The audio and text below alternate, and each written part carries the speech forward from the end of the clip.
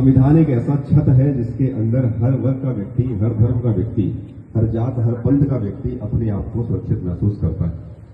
बड़ा खूबसूरत देश है भारत। वो कहते हैं ना, घर की रोटी, घर की मुर्गी दाल बराबर होती जरूर है, लेकिन हम उस शिक्षित और एक संवेदनशील वर्ग से आते हैं जो हम इस रोटी को अगर इसका महत्व समझेंगे तो शायद इसके बहुत सारे मायने नजर आएंगे। संविधान में आप जैसा जानते भी हैं, जैसा उल्लेखित ही है कि मूल कर्तव्यों की बात वहां पर कही गई है।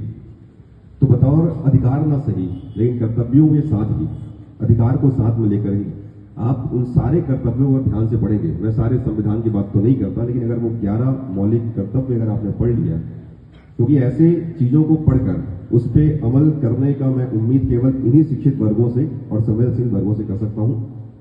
इसकी पढ़ाई तो बहुत सारे बच्चे करते हैं, लेकिन जो सिविल सेवा से जुड़ता है व्यक्ति, उसकी भावनाएं भी विषय के साथ उसको एग्जीक्यूट करने में लग जाती है। और सबसे इंपॉर्टेंट बात ये भी है आप सभी के साथ, क्योंकि आप सिविल सेवा के क्षेत्र से जुड़े लोग हैं, आगे चल के आपको बहुत सारे स्थान पर सेवा देने का अवसर मिलेगा, बहुत सारी चुनौतियों का सामना करना पड़ेगा। तो इस देश को आगे लेके चलना ही है, समाज को आगे लेके चलना ही है, और साथ में स्वयं को सुधार के साथ आगे लेके चलना है। हर दिन एक सुधारात्मक प्रयास के तौर पे आगे बढ़ना चाहिए। कुछ चीजें हैं वर्तमान में इस देश में, जैसे व्यक्तिगत, जैसे आप, मैं जहां तक देख पा रहा हूं सामने मेरे और जो आस पास है, सब युवा वर्ग ज्यादा है, और युवाओं में एक ऐसा वर्ग जिसमें हमेशा खून का उबाल रहता है। कहते हैं ना, उत्तेजित आक्रोशित युवा। लेकिन इस उत्तेजित आक्रोशित युवाओं में कुछ वर्ग ऐसे भी हैं जो वर्ग कहीं ना कहीं कुछ खराब चीजों में संलिप्त हैं, और उनमें विभत्स, घृणा, ऐसा बहुत सारा भावना आ जा रहा है। लेकिन उसी विभत्सना और उसी घृणा जैसे भावनाओं पे हम अपने अच्छी भावनाओं का आवरण डाल करके उन सारी चीजों को समाप्त करने का प्रण भी लें।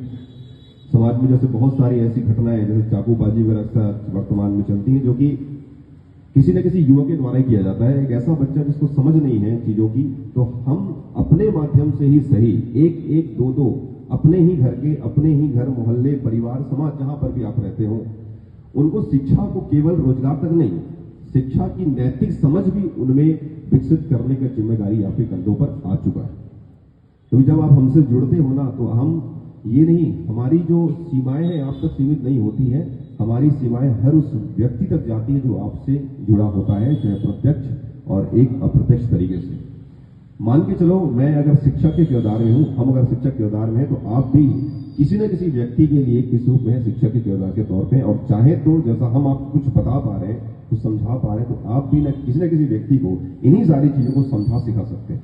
न सिर्फ रोजगार के पर्सपेक्टिव में, सिर्फ इसलिए भी कि वो सामने चल के एक ऐसा व्यक्तित्व बन जाए कि समाज में सकारात्मकता ही ला सके, समाज में एक सृजनात्मकता ही ला सके, एक बिल्डिंग नेचर का कॉन्सेप्ट उस बच्चे में होना चाहिए। आप सभी वयस्क हैं, एडल्ट हैं, सब चीजों को समझते हो, ठीक है। तो इन सारी चीजों के साथ आप सभी आए, बहुत अच्छा लगा। ये एक ऐसा खुशनुमा माहौल होता है जैसे आप बचपन में स्कूल जाया करते थे, अब तो खैर काफी बड़े हो गए हम। तो जब हमारे पास उतनी बुद्धि नहीं थी, हम जब केवल शुद्ध शिक्षक के इशारों पर चला करते थे कि बेटा सुबह आना है, सफेद रंग का शर्ट रहेगा और गेरुआ रंग का पैंट रहेगा, हाफ वाला, याद है स्कूल में? और हर बच्चा बिना किसी समझ के एक झंडा लेके चलता था, चाहे वो अपने सीने पर हो, चाहे अपने हाथ पर हो, और एक अलग ही एक भावना आती थी। लेकिन जैसा हम आगे चलते गए, ये भावनाएं धीरे धीरे खुलती चली गई। तो इसको संजो करके रखना है। और बालपन में जो एक 15 अगस्त हो, 26 जनवरी है ना, ये तो केवल दिवस हमने यादगार बनाने के लिए बना दिया, लेकिन हर दिन आप आजाद हैं, हर दिन आपने गणतंत्र की विशेषताएं भी निहित है, ऐसा कोई बात नहीं है, ठीक है। जैसे कुछ जो कहते हैं ना, एक दिन मनाने से नहीं होता, बिल्कुल ऐसा नहीं है, ये दिवस है मात्र।